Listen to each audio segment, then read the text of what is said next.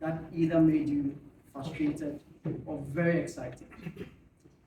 Some of you call it a toy, others have different names they give to it.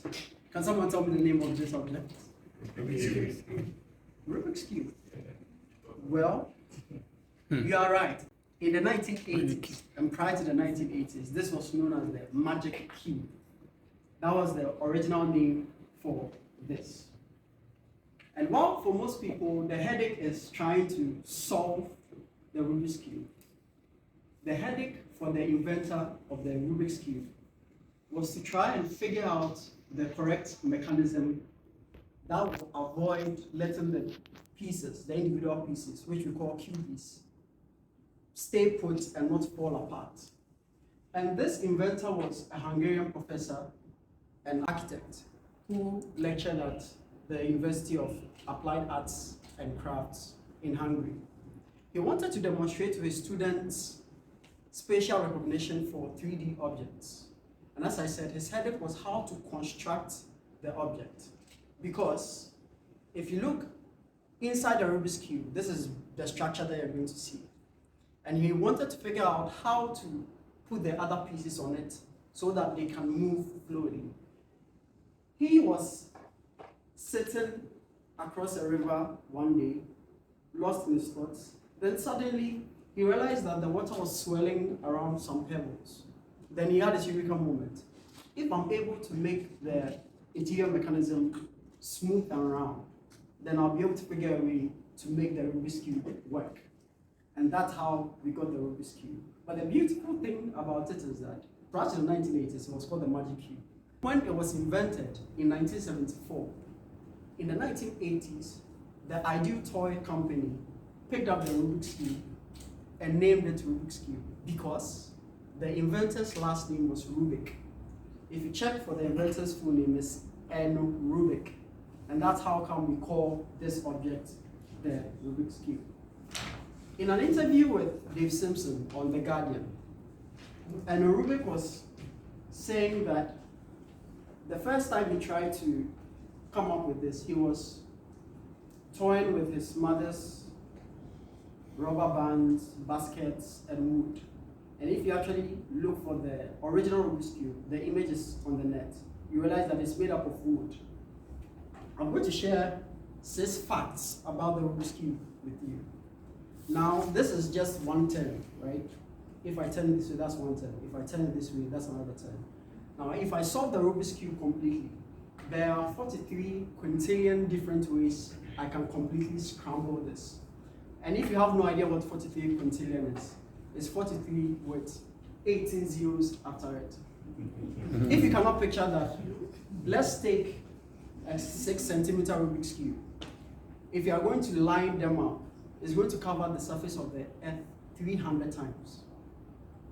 If that's still difficult for you to picture, if I'm to turn this at a second, so 1 second, 2 seconds, if I'm to do that for 43 quintillion, I'm going to spend, are you ready? Yeah. 1 quadrillion, 400 trillion years to do that. And thus, if you know the age of the earth, it's around 14 billion, right? So if this is 1 quadrillion, 400 trillion, they should be imagining how long this takes. And that's what causes frustration for most people, because in their minds, how do I solve this? How do I solve it? And they just shy away from that. But towards the end of my speech, I'm going to show you some magic, all right? But fact number 2, that when the Rubik's Cube was invented, the yellow side, or the yellow face, was a health risk because it contained some traces of lead, which were not appropriate. It was supposed to be 2,500, but during the manufacture, they had about 26,500 parts per million amount of the lead in there. And the cube was sold exclusively in the inventor's country. It was only after 1980 that we now started having it. And you know, for cube enthusiasts like me, there's actually an organization called Cubaholics, which is for Rubik's Cube addicts. And we have two medical conditions associated with this. We have the cube twist and the thumb twist, which means that your thumbs can become inflamed because you spend so much time on this. Sometimes people see me with this and they say, oh, you are such a child. Why are you holding this? This is for children. But the amazing thing is that I'm not the only child over here. In 1981, Frau Schmidt in Düsseldorf sued her husband because, according to her, he wasn't spending enough time with her. One of the craziest things ever done with the Rubik's Cube was a man called Dan Knight who jumped out of a plane while solving the Rubik's Cube. And he had just about 45 seconds to solve the Rubik's Cube, and he did it. Wow. As I said, I'm reserving the magic for the last part. For most of you, this is the 3x3 Rubik's Cube. There are different kinds of Rubik's Cube. We have the pyramids. This is called the pyramids. We have the mirror cube. This is how it looks when it's scrambled.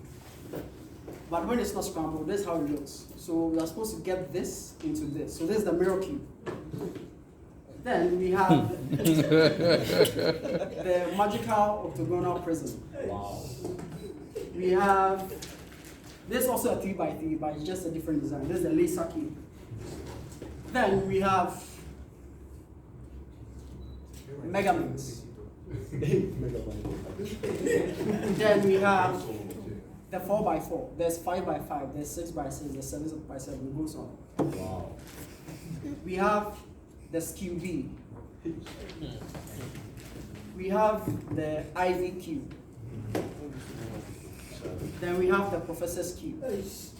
You may think this is quite rare, but in Ghana, for the past 2 years, we've had tournaments on the Rubik's Cube. The first one was last year in April, and the other one was just last week, during the weekend. Who remembers the year the Rubik's Cube was invented? 1974. Okay, so there you It go. was a gift. All right. Now, there's more magic, but my time wouldn't permit me. Oh, please perform.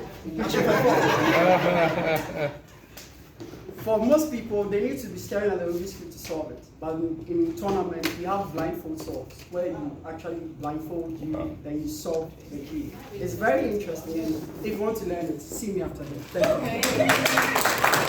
you.